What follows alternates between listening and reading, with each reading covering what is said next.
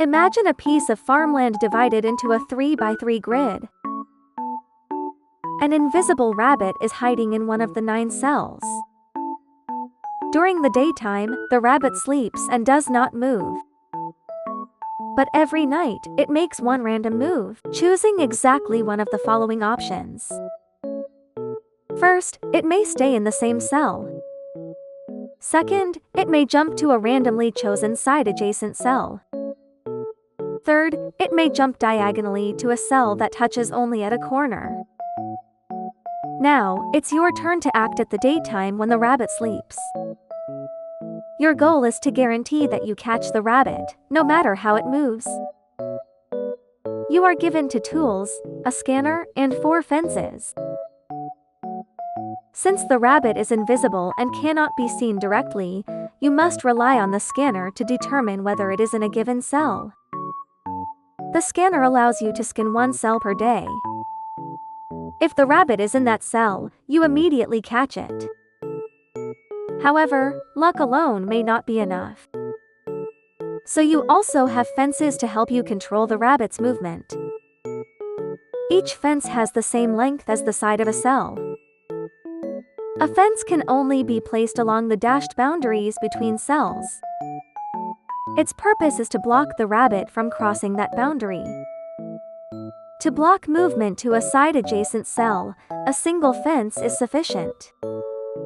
But to block diagonal movement, 2 fences are required to fully seal the region. Only 1 fence cannot stop diagonal jumps. On day 1, you may place all 4 fences anywhere you want after scanning 1 cell. But to remove a fence is very time-costing. So on each following day, you can just move only 1 fence to a new position. Therefore, on each day after day 1, you are allowed to scan exactly 1 cell, and then reposition 1 fence. Here is the challenge. Is there a strategy that guarantees you will eventually catch the rabbit, no matter where it starts and no matter how it moves? Please think carefully, and use your advanced brain.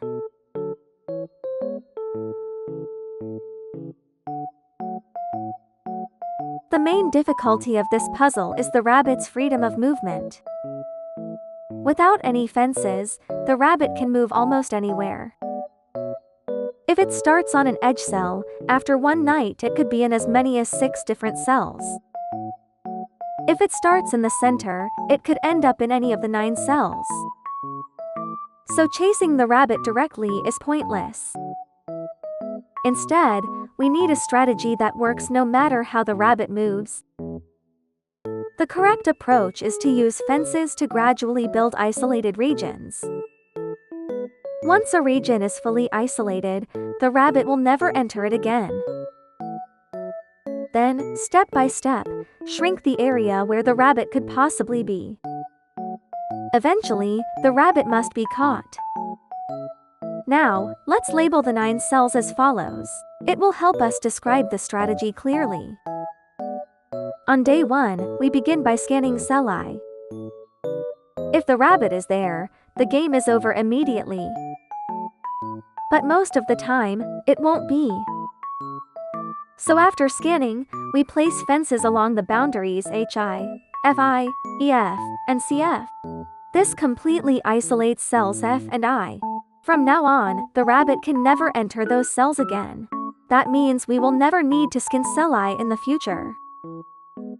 On day 2, we scan cell F. If the rabbit started there, it cannot escape and will be caught. If not, we move 1 fence from boundary FI to boundary BC. Now cell C is isolated as well. On day 3, we scan cell C and probably the rabbit is not there. Then we move the fence from boundary CF to boundary BE, preparing to isolate cell B. On day 4, we scan cell B. If there is no rabbit, we move the fence from boundary BC to AB. Cell B is now permanently isolated. On day 5, we scan cell A, still no rabbit. So we move the fence from boundary AB to boundary AD. Cell A is now isolated as well. At this point, we run into a problem. To isolate another cell, we would normally need to move to fences.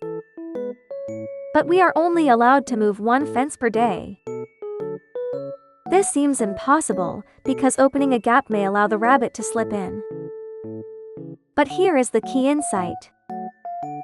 If the rabbit wants to enter the isolated region, it must pass through cell E. Therefore, on day 6, we scan cell E. If the rabbit is there, we catch it. If the rabbit is not there, it means the rabbit will not slip in the isolated region, and we can safely move the fence from boundary B to D to open the gap. On day 7, we scan cell E once again, confirming it is still empty. Then we move the fence from boundary EF to boundary EH to isolate cell E. From here, everything is straightforward. On day 8, scan cell D, then move the fence from 8D to DG. On day 9, scan cell G, then move the fence from D to GH.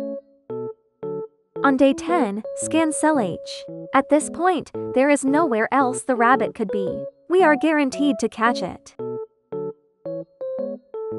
If you enjoy puzzles like this, and want more problems that challenge your logic, please subscribe to Advanced Brain and keep thinking smarter.